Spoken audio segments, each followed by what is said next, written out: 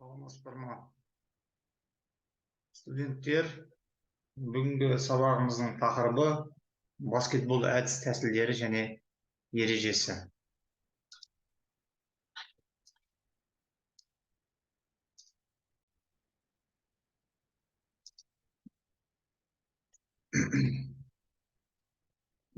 Баскетбол ойынының жалпы тарихына тоқталып кетейік. Ағылшын тілінен аударғанда торқалта баскет, доп, бау деген сөзден шыққан.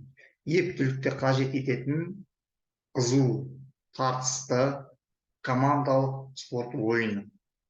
Оған 5 ойыншыдан тұратын 2 команда қатысады. Баскетбол алаңының қарама-қарсы 2 шетінде орнатылған қалқаны бар тағандарға сақина бекіледі. Яғни себеті бар сақина бекіледі. Ойынның мақсаты допты қарсыласының сақинасына, яғни себетке түсіріп, бай жинау. Ойыншылар допты лақтыруға, пас жасауға, домалатуға, немесе жерге жиі ұрып, алдап, яғни дриблинг жасап, алып жүруіне болады. Допты өзіне алғаннан кейін ойыншы доппен тек 2 қадам ғана жасай алады. Жалпы баскетболдың отаны Америка құрама штаттарында есептеледі. Алғашқы ойын 1891 жылы Массачусетс штатының Спрингфилд қаласында өткізілген екен. Ол кезде Канададан қоныс аударған жас мұғалім Джеймс Нейсмит гимнастика түрін одан арғай жетілдіру мақсатында осы ойынды ойлап тапқан деседі. Алғаш кездері ойын футбол добымен өткізілген екен. Арадағы 1 жыл салып, Джеймс Нейсмит арнайы доп, сонымен қатар баскетболдың алғашқы 13 ережесін ойлап тапқан екен.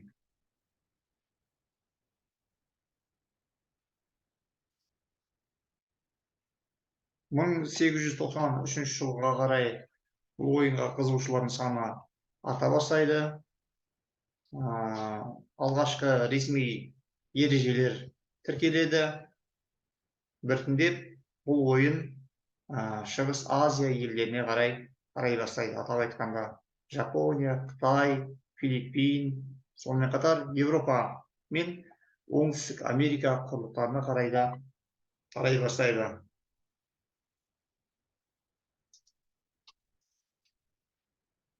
Араға 10 жыл салып, Америка құрама штаттарының Сент-Луис аумағында американдықтардың қолдауымен командааралық турнир өтеді. Сонымен қатар 1924-1928 жылдары Олимпиада бағдарламасында орын алды. 1919 жылы ақш, Италия, Францияның әскери командалары арасында турнир өткізілді.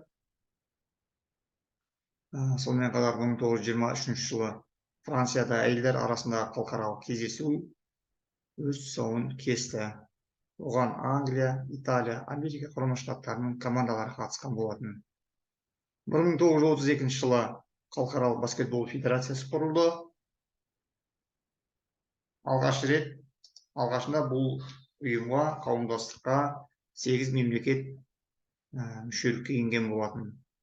Атап өтетін болсақ, Аргентина, Грекия, Италия, Латвия, Португалия, Румыния, Швеция, Чехословакия.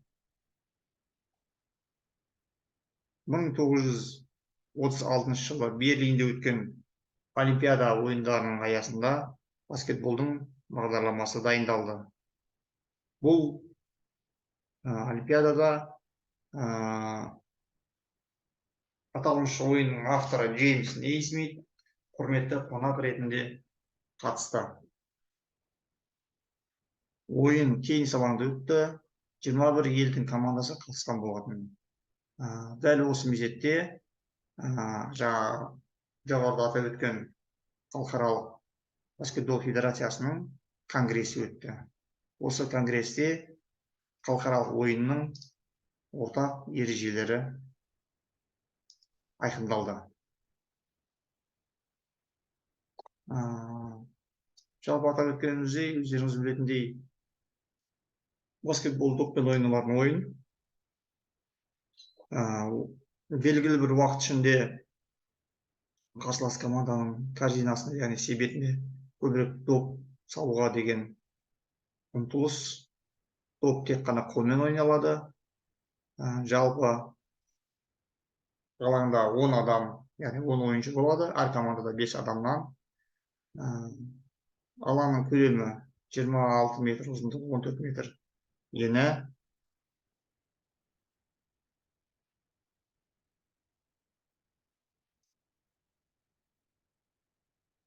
алғашында баскетболда небәрі 13 ереже болды. Қазіргі таңда 200-ден аса ережелер бар. Оларды халықаралық баскетбол федерациясының техникалық комиссиясы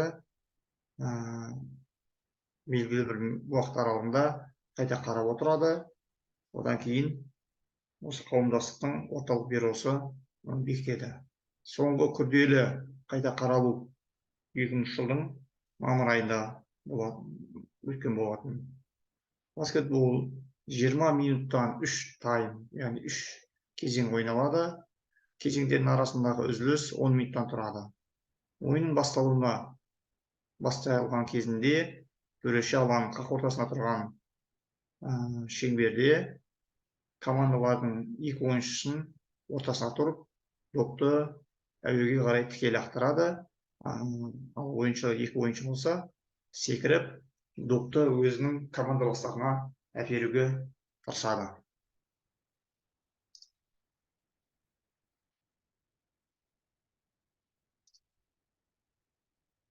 Ойында жүгіру, секіру, жүру, лақтыру секілді қозғалыстың табиғи түрлері қолданылады. Олар пайдаланатын жағдайдың көп түрлілігі мен өзгермелілігі, адамға дене қабілеттерінің дамуының белгілі деңгейін, қозғалыс біліктілігі мен дағдыларының мол қорының болуын талап етеді. Баскетболмен шұғылдануды дұрыс ұйымдастыра білсе, оның адам ағзасына жан-жақты жақсы әсері мол. Бұл ойын балаларды көбірек қызықтыруда. Қазіргі таңда баскетболдан футболдан кейінгі танымал ойындардың, командалық ойындардың бірі десек қателеспейміз.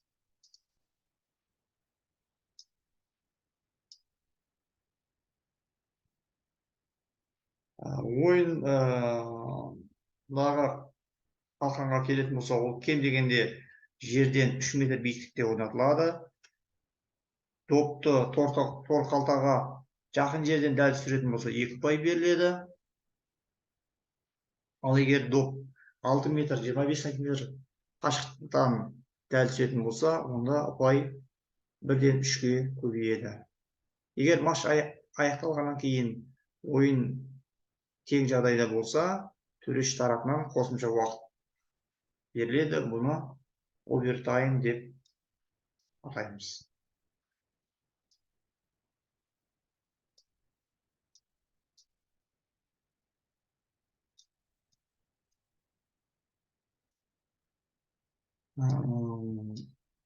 Ұпай санауға келетін болсақ,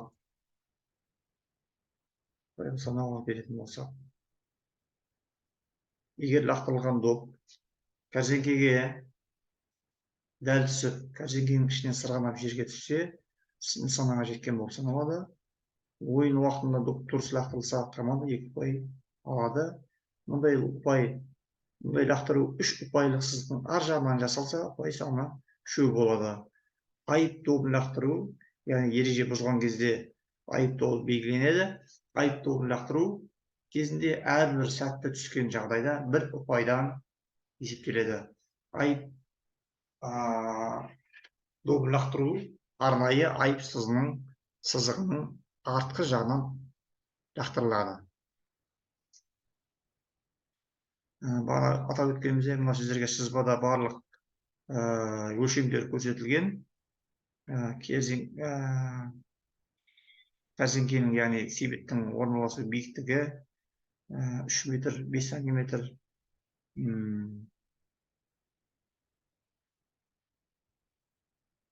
Жалпы алаңның өлшемдері көрсетілген. Ортаңғы сызық, айып сызығы, орталық сызық деген секілді. Бұл ойынның пайдалы тұстары мен қауіпті тұстарына тоқтала кетейік. Пайдалы тұсы бұл кез келген командалық спорт түрі сияқты әр ойыншыдан ең алдымен төзімділікті дамытуға талап етеді. Ойдағыдай ойнау үшін қажет басқа да қасиеттер: қозғалысты жақсы үйлестіру, икемділік, ұтқырлық және секіргіштік, яғни секіру, жоғары секіру қасиеттері қажет. Сонымен қатар, баскетбол бұл командада өзара әрекеттесуге үйренуге арналған тамаша мектеп. Ойынның сәттілігі ойыншылардың дамыған көзіне ғана емес, сонымен қатар команданың басқа да мүшелерінің ниеттері мен тактикасын түсіну қабілетіне де байланысты. Ойын жағдайын ескере отырып, бірден шешім қабылдау қабілеті аса маңызды рөл атқарады. Осы қасиеттердің барлығы ұжымда жұмыс істеу үшін де, мансаптық өсу үшін де пайдалы. Қауіпті тұсына келетін болсақ, өкінішке орай, бұл көптеген ойын, спорт ойындары сияқты өте жарақат алу қаупі жоғары. Бұл баскетболшылардың ең осал жері тізе. Ойынның ерекшелігі бағыт пен қарқынның күрт өзгеруін қамтиды. Олар лақтыру кезінде мәжбүрлі секірулер мен доп үшін күреспен және лақтыруды жабуға тырысады. Мұның бәрі қарсыласпен тығыз байланыс кезінде болады. Екінші, мынау жарақат көп алатын мүше бұл иық. Ойын қолмен ойналатын болғандықтан ойыншылар арасындағы байланыс көбінесе иық пен иық болады. Яғни иықпен соқтығысу, иықпен қақтығысу көп орын алады ойын барысында. Сонымен қатар, қозғалыс бағытының жиі өзгеруіне байланысты аяқ жиі көп жағдайда табиғи емес күйде болады. Нәтижесінде тобық жарақаты көп болады. Тобықтың тайып кетуі секілді.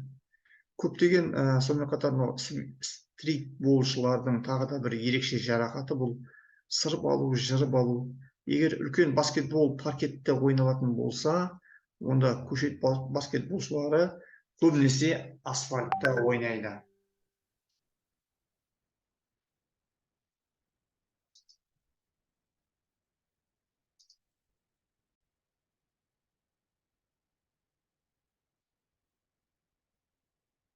Баскетболдың түрлеріне келетін болсақ, шағын баскетбол деген бар, яғни мини баскетбол. Бұлар 6-12 жас аралығына арналған және 2 деңгейге бөлінеді. Мини баскетбол және де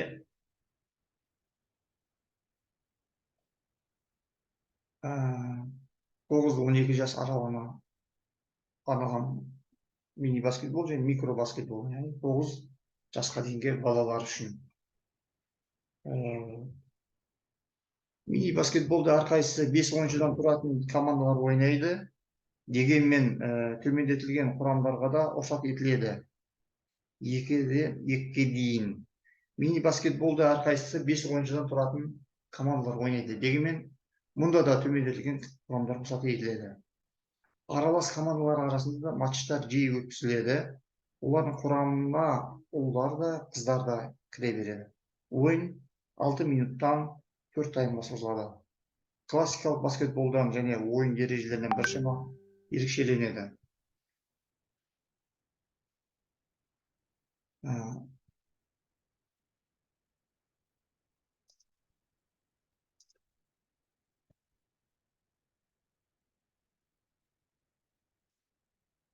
Жалпы бүгін негізгі біздің сабақ бойынша, тақырып бойынша айтылатын негізгі мәселелер осылар. Сау болыңыздар.